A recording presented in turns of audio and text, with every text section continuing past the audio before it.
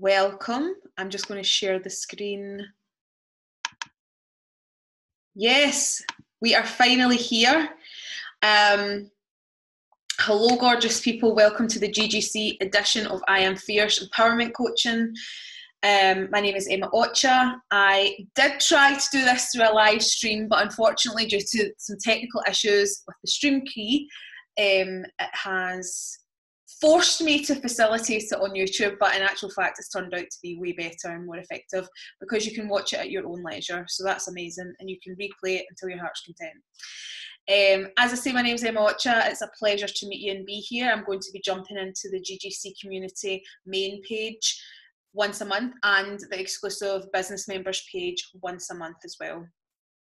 What will I be doing? I'll be bringing you confidence and empowerment masterclasses.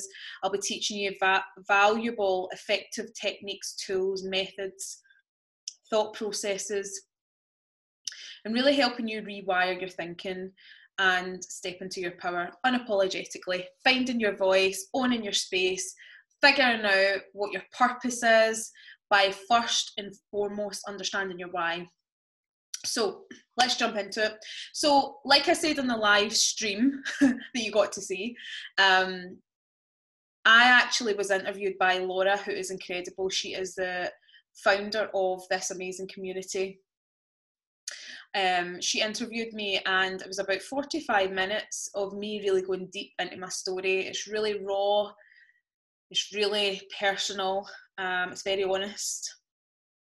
And a lot of it was hard to talk about, so to not take up too much time here, I have tagged all the information, all the links, and including the link to my story, which is on YouTube as well. So please feel free to watch that to truly understand my background and why I do this as a career and why I'm so passionate about it. But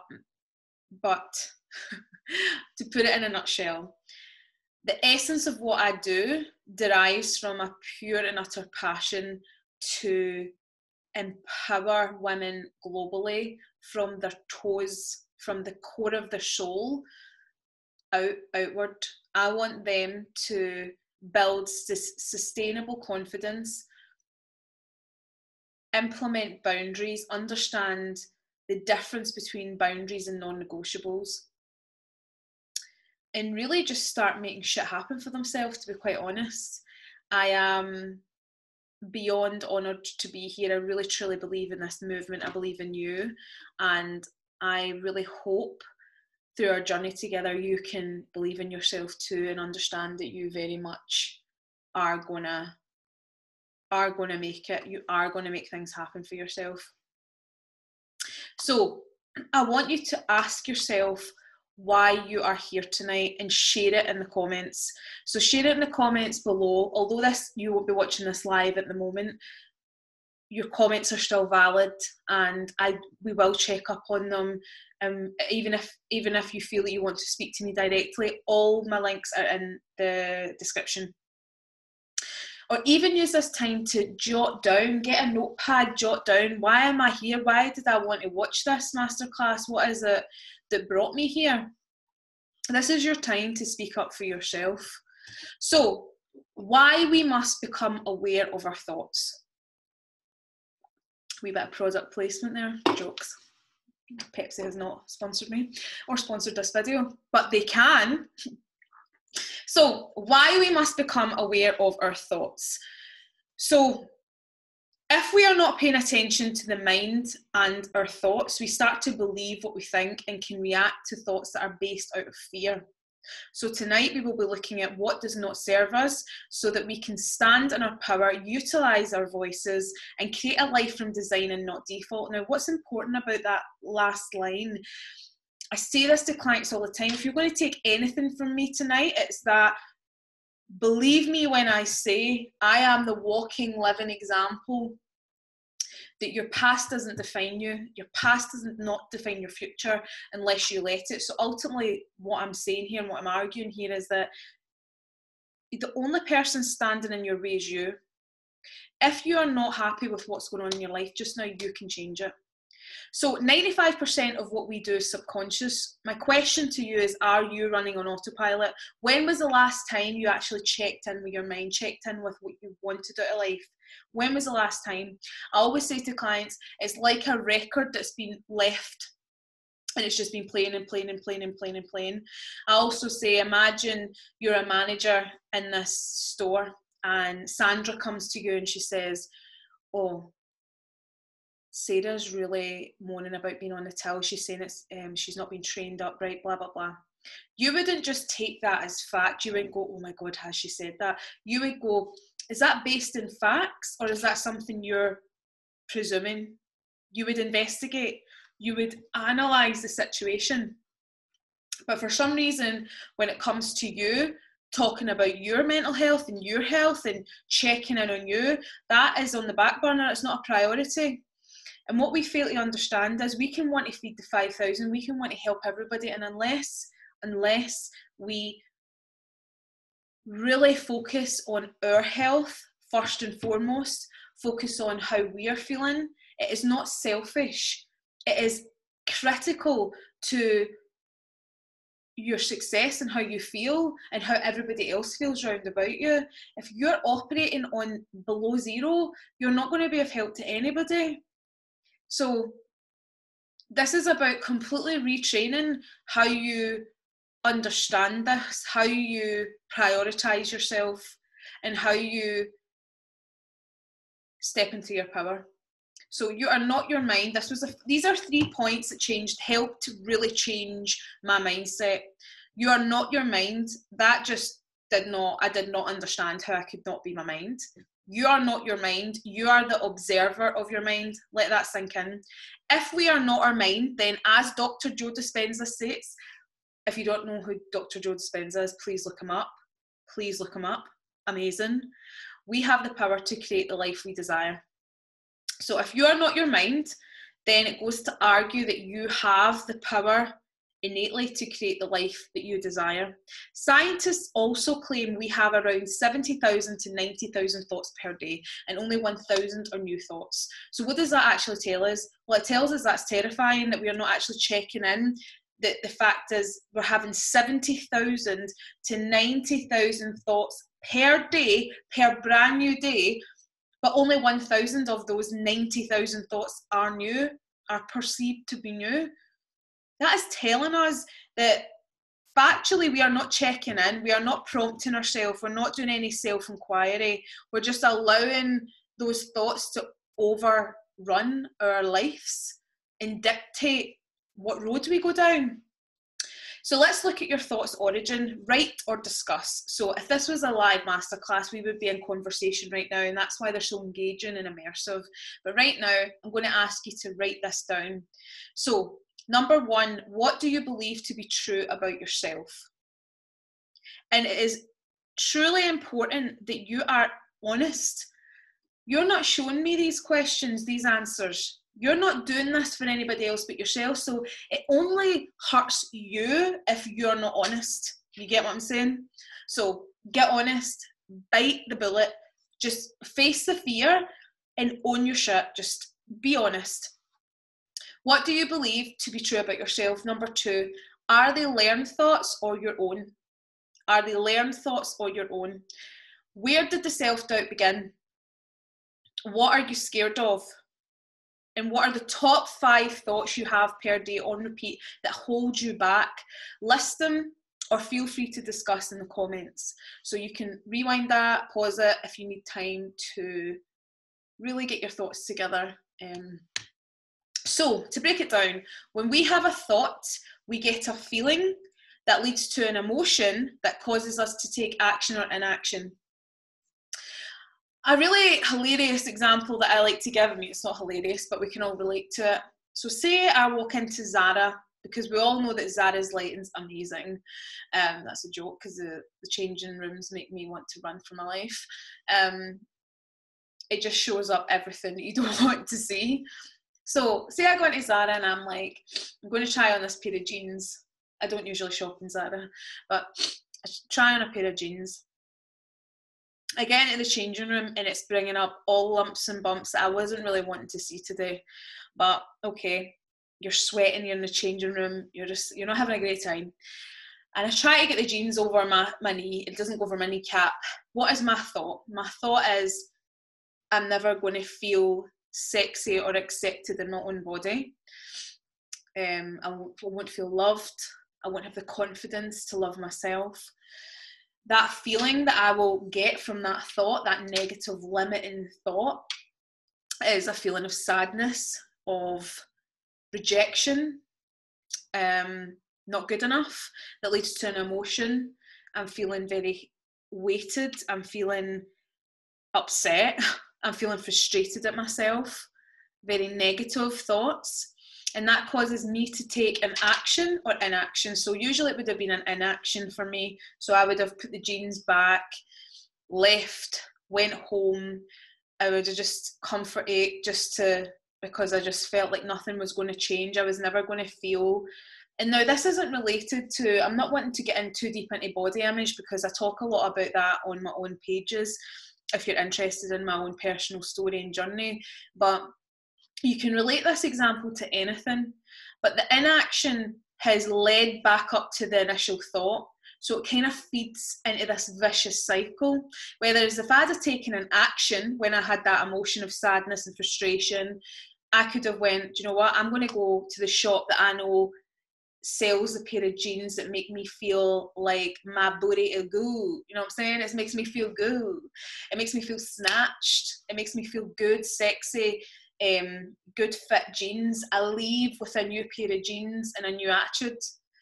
But it's interesting when you break down the thought process and you understand where it originates from. Where does it derive from? What is the domino effect from that limiting belief, that limiting thought? The issue is you don't inquire. We don't inquire. We don't ask ourselves these things. We just take it like it is. We have a thought, then a feeling happens, then an emotion happens, and we just take the same inaction or action that we usually do to numb out that pain. Instead of facing it dead on and being like, what is that? Where do you come from? And who told you that? You know what I'm saying? Using the list of thoughts that hold you back. Using the list of thoughts that hold you back, I want you to answer these questions. So next to each answer, how does that thought or belief make you feel? So we're using the list that we just created of the thoughts that hold you back. And we're now creating this new list. Next to each answer that you got, how does that thought or belief make you feel? What emotion do you experience? What action or inaction do you take? How does that reinforce that belief? And is this belief or thought real or fear-based? So see the pattern here. There is true power in self-inquiry on each thought, because then you can ask yourself, okay, is this actually true or is it based in fear? Okay, so that is really intricate and detailed, because we didn't just break it down once, we broke it down twice, so that we could understand every nook and cranny of what was going on in our mind. Because the more you can understand, the more you feel in control. When you just think it's happening to you and this is just something that's normal because you've normalized that process, you haven't inquired or prompted or tried to adapt or reshift anything, you've just accepted it. That's why your life is playing out the way it's playing out. That's why nothing is changing.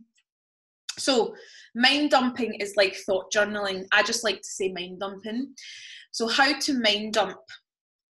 This is a really, I felt like this image was really telling, but this is a really easy way to, if you're like me and it's quite difficult to, when you're suppressing a lot or stressed, it's hard to put those thoughts down in front of you. This is quite a releasing way of doing it. So here's some prompts that you can utilize when you feel, even if you just want to test it, do it for 7 days, in the morning or at night time or at both. So how do I feel just now? Where is that feeling or belief coming from? Is it real? If others have proven that they can create a life from design and not letting their past define them, then why can't I? What is standing in my way? What steps can I take to dismantle this limiting thought and move forward? So we can see here that these 5 questions that are prompting you to make a change in your behaviour your behavioural traits, in the hope that you can move towards a new outcome. Yeah, because that's what we all want. So what is your why? When you can figure out your why, it then leads you to your purpose, and it's the most beautiful, it's the most incredible gift that you can gift yourself, is for you to understand your why, therefore find your purpose. But your why must be huge. Your why must be way bigger than you. If your why isn't bigger than you, you're not going to get out of bed.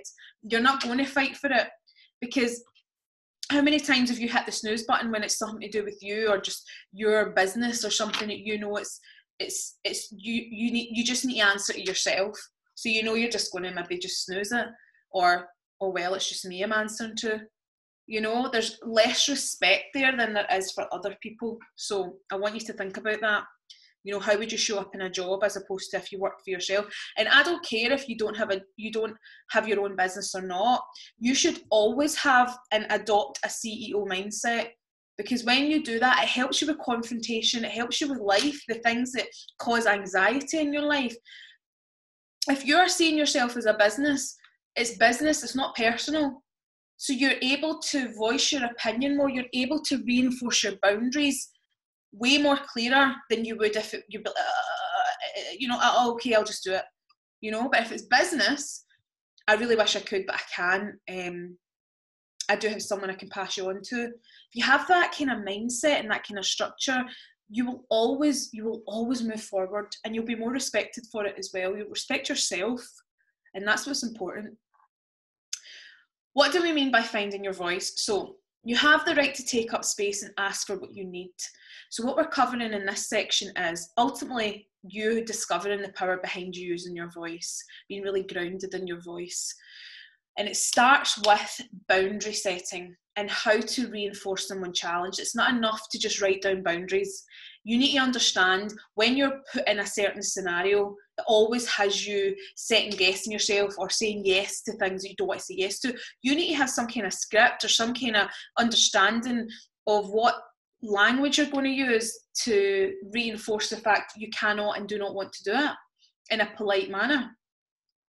Non-negotiable exercise and scenario link. So this is when I'll be talking about why it's critical to have non-negotiables, how they differ from boundary setting, and how that can really help aid your release. Emotional release through the voice is one of the most powerful experiences via singing, music, basically music healing, sound healing. I do a lot of that coaching. I won't have that in this specific breakdown because it's so long. We will delve into dismantling fear and imposter syndrome. Those are things that I will be going through. So boundaries, and how do we actually reinforce them? So as I said before, the issue is not setting boundaries, it is the stress behind having to reinforce them when you are challenged. You know what I'm saying? When someone's like, will you do this, will you come to this thing with me, and you're like, oh God, I really don't want to go to this, like I don't want to keep putting myself in these awkward situations that just leave me drained, but you feel like you can't say no, so you always end up saying yeah, and you get stressed out about it. So this will help you develop methods and techniques to really protect you and your energy. So we often find it hard to actually reinstate a boundary or a non-negotiable when it is disrespected or challenged. So let's work on removing confrontation from your boundaries. Again, we're going to write this down, so grab the notepad again. When I set myself boundaries, I am honouring myself and respecting what I am willing to do comfortably. Number 2, my boundaries keep me safe. Number 3, my boundaries are not a barrier, but a way for me to gradually work up to something or honour my commitments to myself or others. Number 4, my boundaries should not jeopardise a healthy relationship. You're not going to lose people, and if you lose them, they took themselves out. And 5, is good for my well-being and emotional health. So these are points for you to write down and understand. Why it is truly critical to your mental health that you honestly develop these boundaries and learn methods, techniques, scripts, so that you can reinforce them unapologetically and keep yourself and your energy safe. So this is our non-negotiable exercise.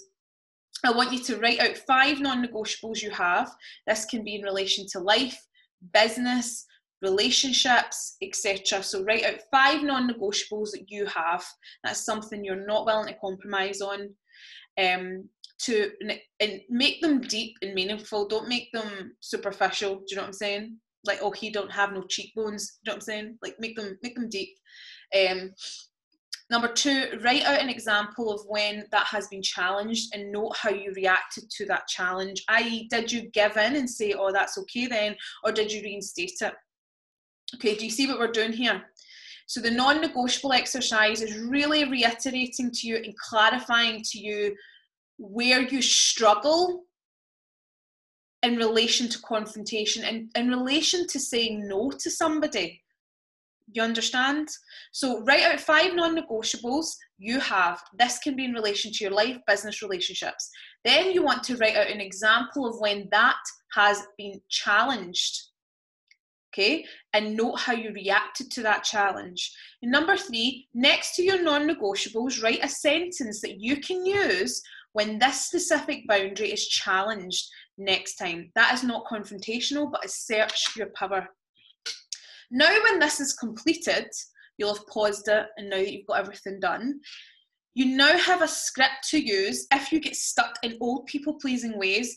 Never dishonour your well-being by dismissing something that is important to you like that.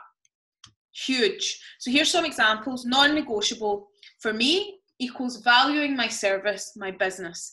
If that is challenged, I maintain my value. A non-negotiable, another one is know my worth in a relationship, know my worth in a friendship. If challenged, leave.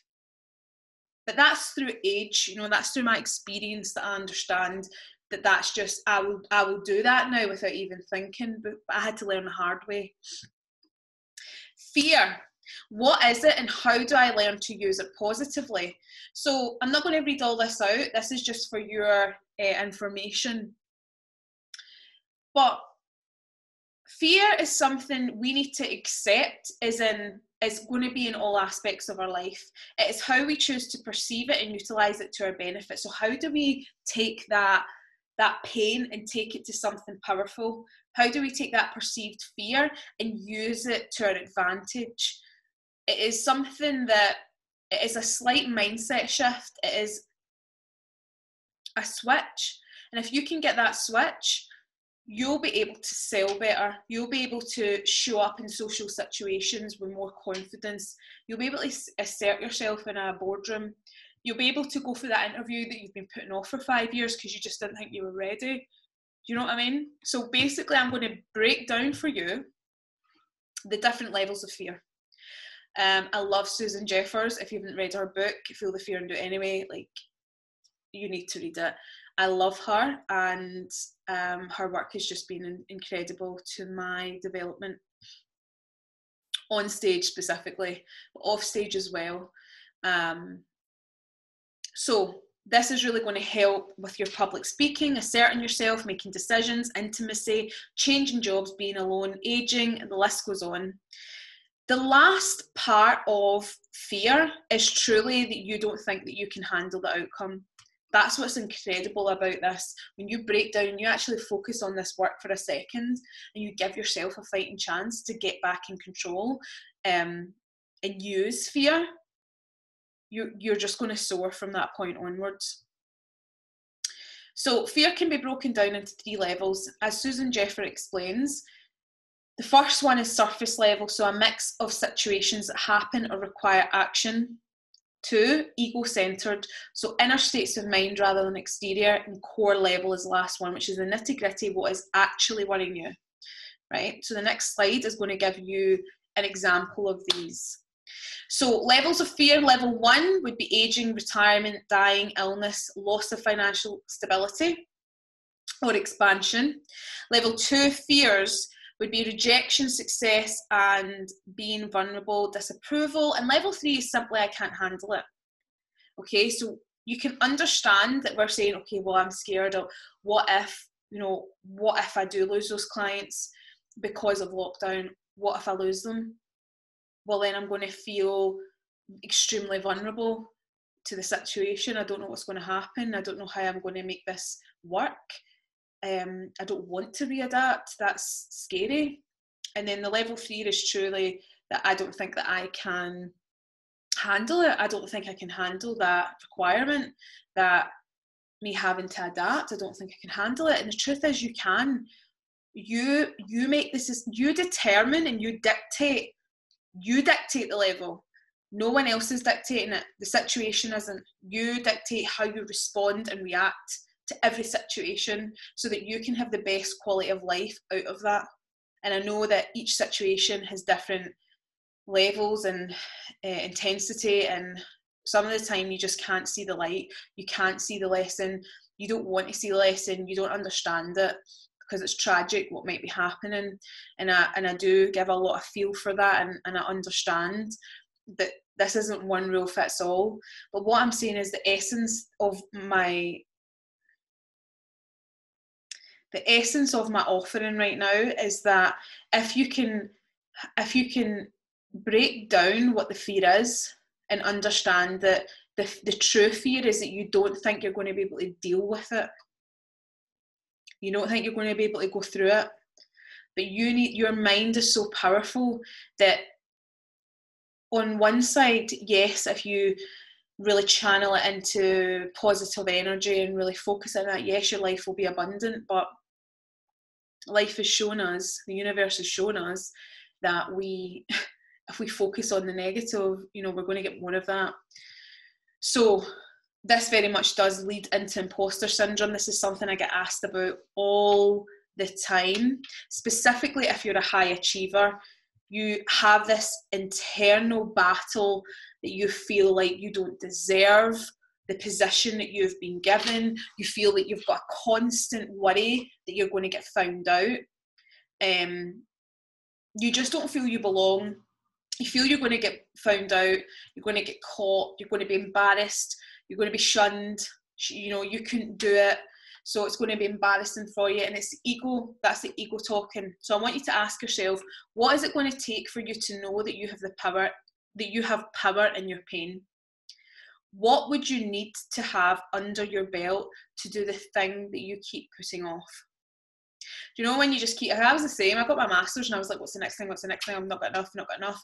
And it does get to a point where you're like, what else am I going to have to do before I'm actually like really comfortable in what I'm outsourcing, what I'm giving, what I'm offering. And I've said here that I am very proud that I got to my master's level in education, but I found a lot of flaws in that process, and I 100% see how valuable life experience is over paper, and I do stand by that. I believe that. I'm not saying do not get educated, I'm saying do not dismiss what you already have through life experience. You have no idea the power you hold if you only got out of your own way. I mean, it's self-explanatory there. Trauma breeds transformation. There is power in your pain. So what it means to become woke, this is a term that's been passed about a lot, become a bit of a trend. But I wanted to break down what my points are on it and what I took from it, what my experience has been. So again, I'm not going to read it all out because you've got the notes there, but the hard times are often more honest than the good times, which is so true. The blowback is a major learning opportunity. So it takes me to my point where I watched a Will Smith interview and he talks about the importance of failing often. And I love this man because he's just a fountain of value and knowledge and depth and truth. And he is someone at the top of his game. And he's just so humble because I believe that he knows something we don't know, that the grass is not always greener. I think he knows that failing, like he states, is necessary to win. You can't just wake up and win. It doesn't work like that. And also you wouldn't even appreciate it. You wouldn't be grateful. You want to fail sometimes so that you have earned the win, so that you've really earned it. I talk a lot about this with public speaking. You've probably been to a lot of talks and you know what I'm talking about, but basically I remember going to this I don't know what it was meant to be a course or something, some kind of intro so that you would buy all the programs. And the two of them demanded a standing ovation before they had even introduced themselves so that they could take a selfie. And I just thought, read the room. Like, awareness is everything. Who do you think you are to demand a standing ovation before you've even introduced yourself? Even if you were halfway through the event, that's something that's earned. And this is when this happens. You know, I'm only going to give you a little bit of public speaking coaching, but when you're on stage, you must bring the level back to we're in this together, we're on the same level. Just because you're on a stage and you're speaking, you're not higher than the audience is not higher than you, so you're not cowering up to them or standing over them. You're on the same level. They are human beings. Treat them with that respect and you will get that and so much more back. When I get my standing ovations, or if I get people clapping for me and asking who I am and what I'm doing, and they want to talk to me after it, it's a genuine inquiry, it's a genuine conversation. They genuinely want to have a conversation with me. You need to win their trust, and you need to be given value. That it can't just be that ego-centered clap for me because you're at my event. It's so wrong. It's so wrong on so many levels. So that was me going to something that was meant to be prestigious. And, you know, don't get dazzled by the lights and the money and what people have, what they've hired in. The message and how they treat you is everything. So feel often, and you will so savor the wins. You will so savor the wins. The wins will teach you so much, but the failing moments will teach you so much more. They'll teach you about your character. They'll teach you about what you want and what you don't want. It's incredible. See, when you can look at it in a different way, you don't throw the towel in at the least wee thing. You learn from it and you go for it more. You come back stronger. People learn to treat you how you allow them to treat you. I mean, it's just these sayings, these little sayings really, really do like switch you on. So basically what I'm saying is when everything is fine, there is nothing that forces self-inquiry. We do not grow through good times, we grow through pain. Think of the hardest times you've been through and tell us how you grew from it. So we really do truly want to hear how you grew from it. Tell us about it in the comments. You know, come on, send me a message privately. Come on the lives and the masterclass and talk to me directly. One of my favourite quotes, life will give you whatever experience is most helpful for the evolution of your consciousness. I mean, write that down because that's a word. So pain to power vocabulary. Power of choice. The way in which you use language is vital to your quality of life. So pain, a few examples is helplessness, depression, paralysis.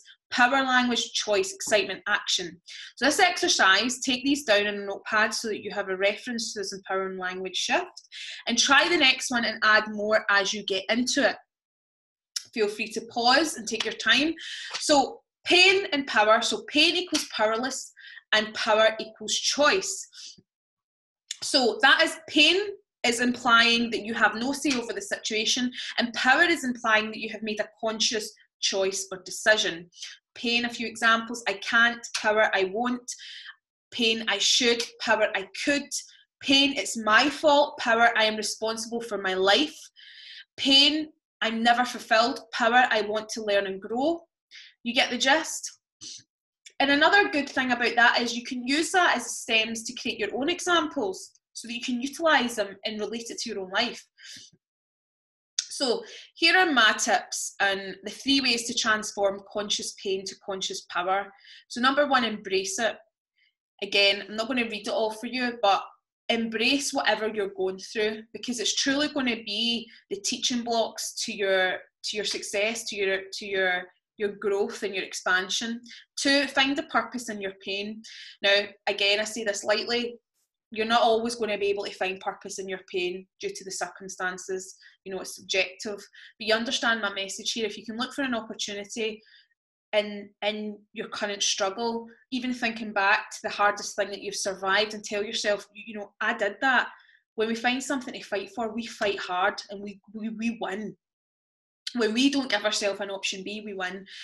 Number 3, keep an open heart. This was huge for me, and it's very emotional because your past does not define you. Do not let the struggles that have happened in your life rob you of the future relationships and experiences you can have, especially love. It's so easy just to shut off when something has happened to us, something so devastating, but you only disempower yourself in any chance of healing. In opening up, you send a message to the universe and others that you are worthy of giving and receiving love.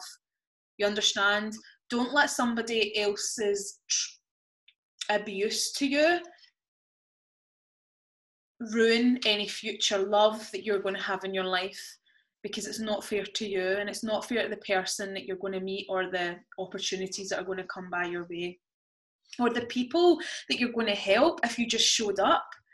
So how to bypass this pain issue? Set healthy boundaries.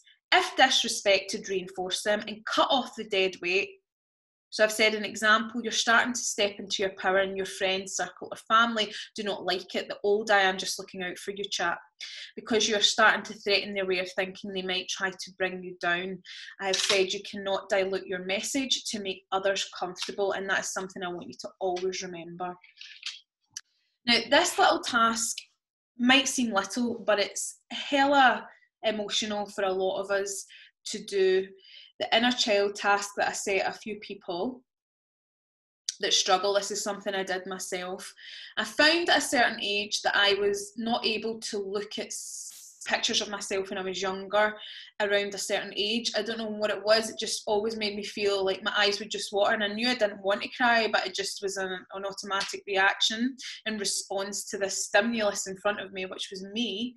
And it was because I got older, I was looking at these pictures in a maternal way and thinking about what I'd seen or went through, and I'd be like, you know, I was coming from a more of a maternal side. I wasn't seeing that little girl as me. I was seeing it as a child that went through some stuff, and I felt some kind of way about it. And it was a really weird shift, because for a lot in my 20s I just suppressed, you know, any kind of feeling I had of growing up. So we all have those moments in our life, like even if you're like, oh, everything was great growing up, not everything was great, you know. And I'm so lucky. I feel like I've got the best mum in the world, but things were hard for us growing up, and life was quite hard, and she worked so hard to you know, take care of us. So I developed these questions because it's not even questions, it's just guidance. If you're struggling, it'll help you remember and to learn to be grateful for the younger you, because at the end of the day, that little person got you to where you are now. So there needs to be some new developed respect and love and nurturing energy towards that younger self. So number 1, find a picture of you when you were younger, around the time you were most vulnerable. Number 2, look at it and reshape your perception of them. You know, so don't see them as weak, see them as strong, their character's strong. 3, remind yourself this: they got you here and did what it took to survive, and for that we are grateful. We cannot judge ourselves. We can't keep judging ourselves. That person did what it took to survive, and that is brave, beyond brave. What will you do with your pain is my question to you, and I would love if you would feed that back in the comments, whatever you feel comfortable doing. But what will you do with your pain? That is the question I have for you. Why do you care so much about what people think before your own opinion? So here we're going to jump into people pleasing, learning to say no more and yes to the shit you actually want to do. So we'll be looking at, where are you people pleasing too much in your life? we'll be looking at what is holding you back, what it is actually holding you back from as well, and when was the last time you checked in with what you wanted or felt comfortable with. These are huge shifts that are going to help you grow, feel stronger, take control of your life. So what is it costing you to say yes to everything that you do not want? So first of all, write down the top 3 things in life that you miss out on because you say yes to the same people all the time. Again, get real here, get deep, be honest. And number 2, can you think of a time you have experienced true resentment at the cost of becoming a yes person? Where does this need to please come from? Ask yourself where this need for validation and acceptance truly does derive from. Start there. Setting healthy boundaries. Ain't nobody coming to save you, sis. It's always my message. Self-love equals self-discipline. That in itself is very telling. So write out 3 boundaries you wish to implement into your life. And number 2, tell us why these are important to you. Okay, so write out 3 boundaries you wish to implement into your life, regardless if you're scared, and tell us why these are important to you. When you actually clarify to yourself what the boundary is, why you need it, and what it means to you, you're not going to second guess telling people, whoa, whoa, whoa, this is my house. Take your shoes off. Do you know what I mean? This is my car. Don't put your gum on the dashboard. It's about respect. You need to respect yourself first because people learn from that. So 5 tips to reinforce your boundaries. Permission to prioritise personal needs. Avoid elaborate explanation when saying no. No is a full sentence. Maintain a warm inflection in the voice. So it lifts it. So that's a lot of the vocal training that I take people through. Do not wait too long to establish a boundary. If you've been driving someone to and from work for 3 years, you're going to have to, it's going to be harder for you to say, this isn't cool. Practice a script, which I don't like that terminology, but practice a script so you don't get stuck in the same routine of yes. Okay? These are great tips. I know that they work, and clients all over my pages will tell you that they work. Give yourself a chance and try this. Do a 21-day challenge. I do them all the time. Free 21-day challenges, usually every 3 months, to help kickstart people into the new section of their life. So utilise that. Start your own 21-day challenge and see what you can really achieve. When you change your relationship with yourself, your external world changes accordingly. I mean, come on, let's go for it. Date yourself. So here I'm introducing you to the dating and relationships pillar and module. So in the Fierce Tribe, I should have said this at the beginning, that is the program. You come through all these modules over the 12 months. It's extremely accessible, extremely financially accessible, considering the value and how packed out it is with events, masterclasses, workshops, movie nights, girls' nights, events, in-person events, retreats, your online program, the Vault section course. It is insane, and you get a discounted code, which you'll get at the end of this as well. Tribe 25. So date yourself, even if you're in a relationship. And I know a lot of people are going, but how can I date myself when I'm in a relationship? I'm going to tell you. Getting to know yourself again is empowering and refreshing for both you and the relationship. You cannot just like the same things your partner likes because you're scared that they're going to leave you. You are whole without them, even though you're like, oh my God, this person completes me. That's really cute, and I'm sure it's true to a certain degree, but there is nothing more unattractive than someone who doesn't have their own life and you feel that you can't have your own life, or vice versa. That feeling you have when you know that you're in that obsession stage and you just drop everything in your life, everything that matters to you, because you're just like, oh well, I need to feel validated. I need to know that this person's still interested in me. That's when you need to do inner work. So listen, I understand, because I was that person, trust me. Learn what you like sexually instead of trying to please. The most empowering thing I did in my journey was learning to love my body and self. So reclaim that power for yourself. It is super important. And this is something taboo that I guess a lot of people won't want to talk about, but the truth remains. This is part of life. Even people who make out they don't do this, then how do you have some children? So, you know what I'm saying? This is part of life, and I'm just not scared to talk about it. But there's people that will pretend that it doesn't happen, but it's part of life, and it is very, very real in a relationship. Whether we talk about it or we don't, we still feel it. We feel that connection or lack of connection. So if you can discover that for yourself, it is so empowering. I can't even express. Having your own life is instrumental to any relationship. Do not merge yourself with someone, because losing yourself is the biggest loss of all. The biggest loss of all. Know your worth and add some tax, sis. Step out your estimate and into your essence. Love it, Beyonce there. So it is vital to know what you bring to the table. P.S. You are the damn table. When you do not know your worth, you undercharge. So this antique dealer analogy is just, it's just a visual for you to understand this point, right? Because it's huge. When you do not know your worth, you undercharge. So let's say that you have this antique that's been passed down to you. It's dusty, it's chipped, it smells weird, and you're just like, nah. So you take it in and you say to this dealer, look, this was passed on to me. I don't know how much it's worth. I haven't even looked into it. Can you just tell me? I'm just looking to sell it. This person's like, God, it's a bit dented. Oh, it smells a wee bit funny. I can give you £10 for it, but actually, do you know what? I'll give you £12. I'll probably only make 15 from it. So you sell it for £12, feeling that you've got a bit of a deal.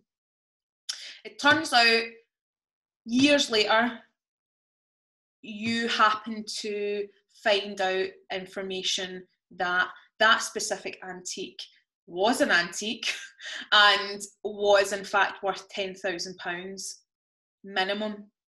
So that person's laughing at the bank while you're just standing there feeling stupid, because you didn't have the self-inquiry or the belief or even the thought to go and inquire. Do you know what I'm saying? Stop settling for the minimum in life in general, in relationships and friendships and work, in your own life and your thought processes and how you view yourself. Start aiming for the stars. Start aiming for the stars. Self-worth equals confidence. People are out here thinking they can buy confidence off the shelf. You cannot. And if someone is selling you that, run. It takes time. It takes dedication. It takes work. It takes making this a habit. So if you want to have sustainable confidence, then you will do the work. You will join a sustainable program, something that you know is going to be holding your hand most of the way. Invest in yourself. Get a coach, get a mentor, join something, get a hobby, start expanding your consciousness.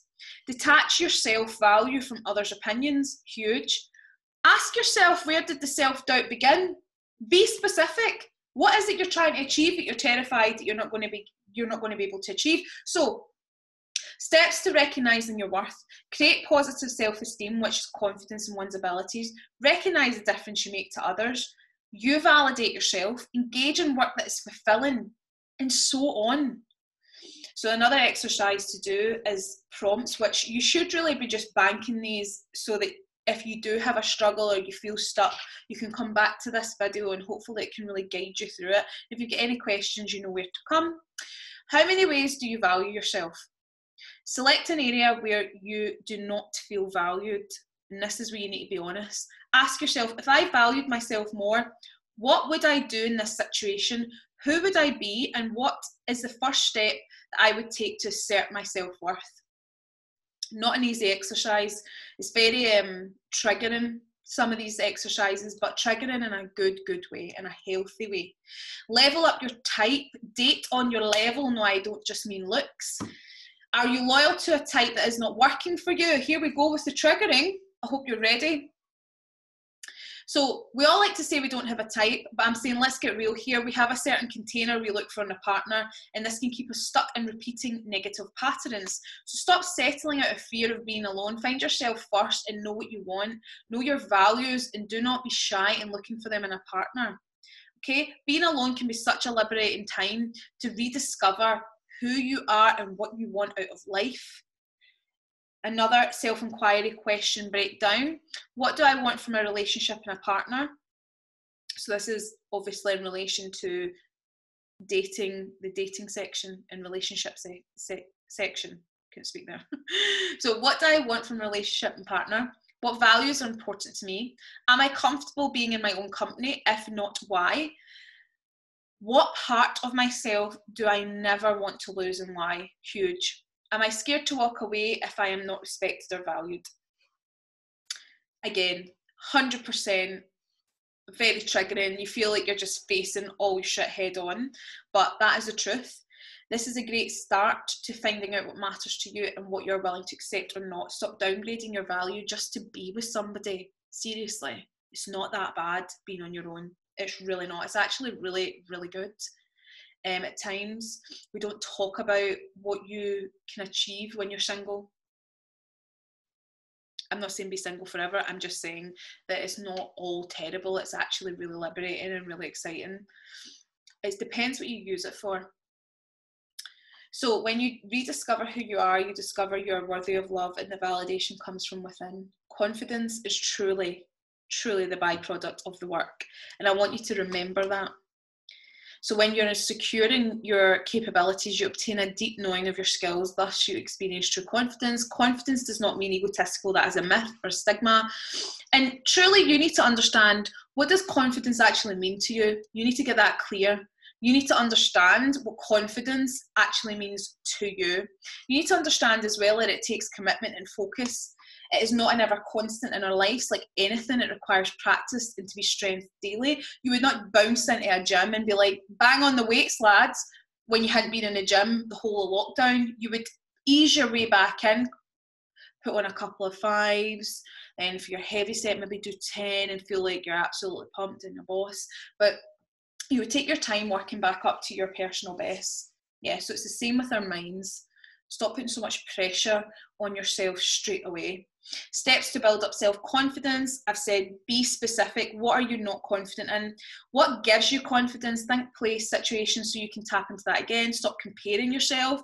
Remind yourself of your value. Realise you were always enough. You were always enough. Okay, it's not some test. You were always enough. You were whole, always enough. Get new skills. Find a tribe who clap when you win. Yeah, huge. People always tell me this is the biggest thing they hear from me is, do your people clap when you win? And start now. How successful people find fulfillment. Challenge yourself to grow, contribute to others, learn to live in the present, drop the entitlement, make your why bigger than you.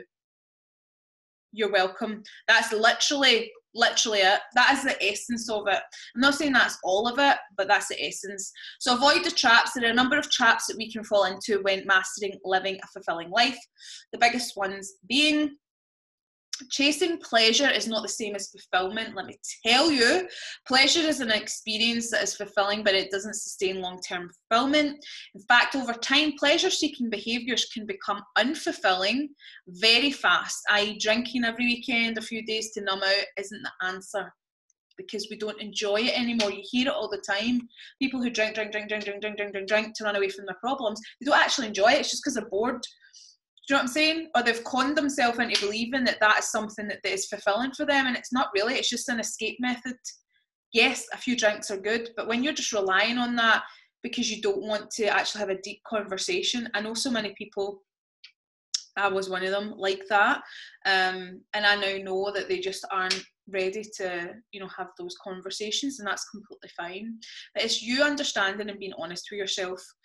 So how to start working on this? I want you to start journaling. I want you to start asking yourself questions, prompting yourself, and you clarifying what these terms mean for you.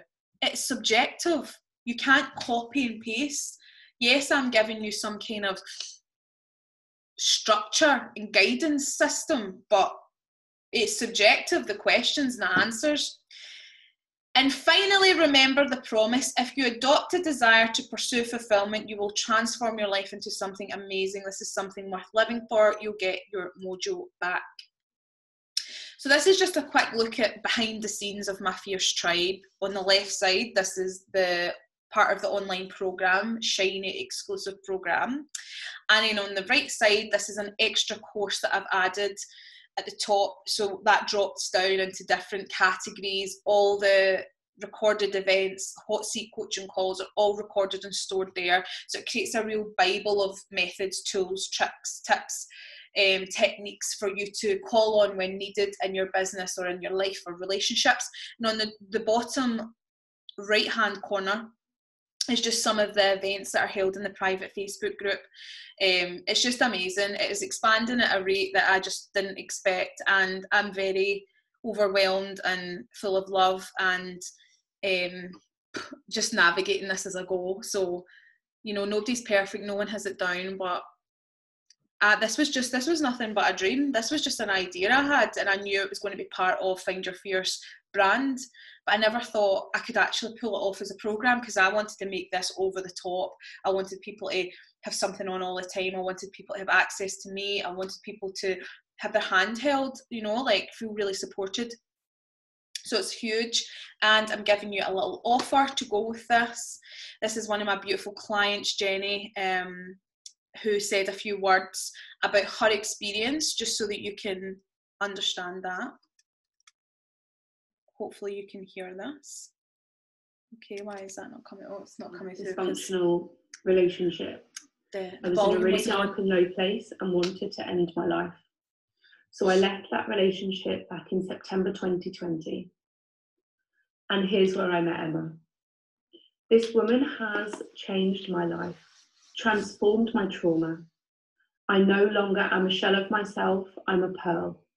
And literally, I'm about to start my second business mid-coronavirus pandemic.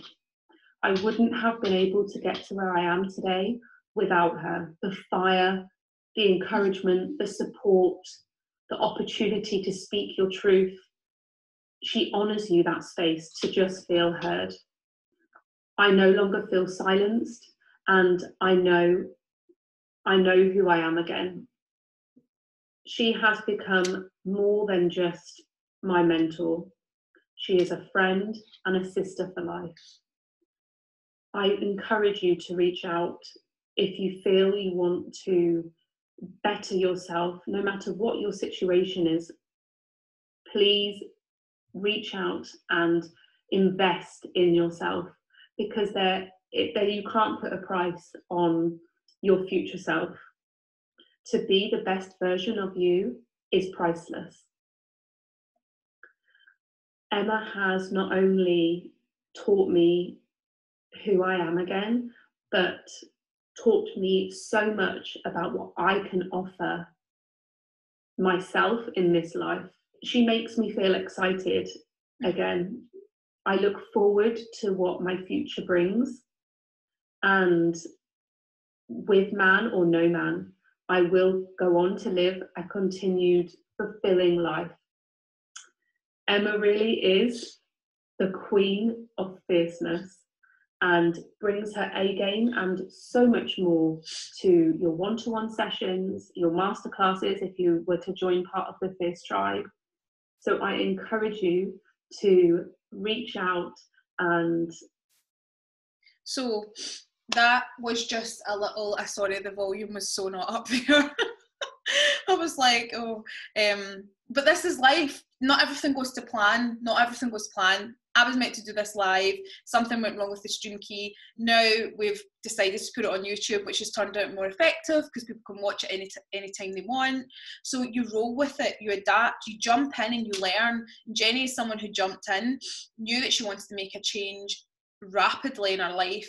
It was going to be so hard for her because she didn't want to really make that change because it meant leaving someone. And she is thriving. She's inspirational. She's inspiring the masses. She's joined my brand. Like she's everything. She's started her second business. She's just amazing. And she done all of that. That was all her. Nothing to do with me. Yes, I have been her mentor. I've reminded her, I've helped her, I've guided her, but that comes from her. That comes from her understanding the work, focusing, doing the work I set her, being committed to her coaching sessions, and showing up for herself. So the proof is in the pudding. You can do this. People ask me all the time about how they work with me. I've created so many different avenues for you to do this work in terms of financial accessibility, different intensity levels, time frame commitments. There is so much. available to you. There is really no excuse for you not to want to move forward into this work, even if it's not with me, just as long as you do something that's going to help benefit you.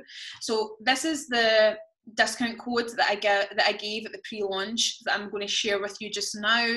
It's Tribe25. For the business members of the GGC group, you need to speak to Laura, the founder, directly, because I can't just share that on public domains or any kind of social platforms.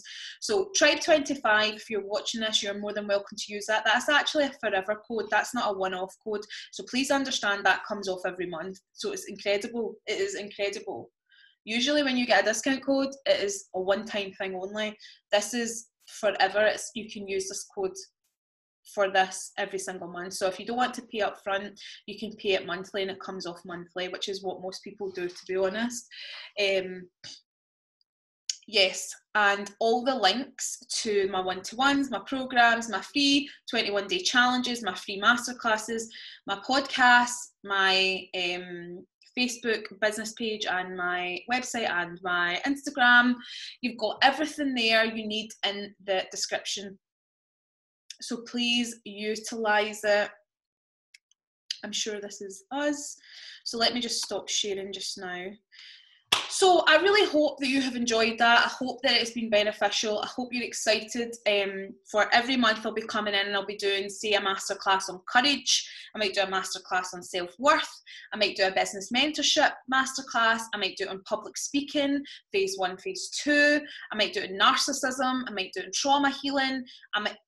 Whatever, once I start to cultivate you as a community and you trust me and we have been engaging and you're excited to show up in the lives, I'll be basing a lot of the work around your struggles to make it really tailored and interactive. I don't want this to be a dictatorship where I'm just telling you what to learn. I want to work with you. I want to help you. I want to understand what you're struggling with, specifically coming out of lockdown. So feel free to leave it in the comments, email into Laura or myself directly, and let's watch the magic happen. I'm really excited to be here. We decided I didn't have the availability to be coming on live every week, so that's why we're making it a really valuable full-on masterclass in both groups each month. So really excited, and thank you for joining me.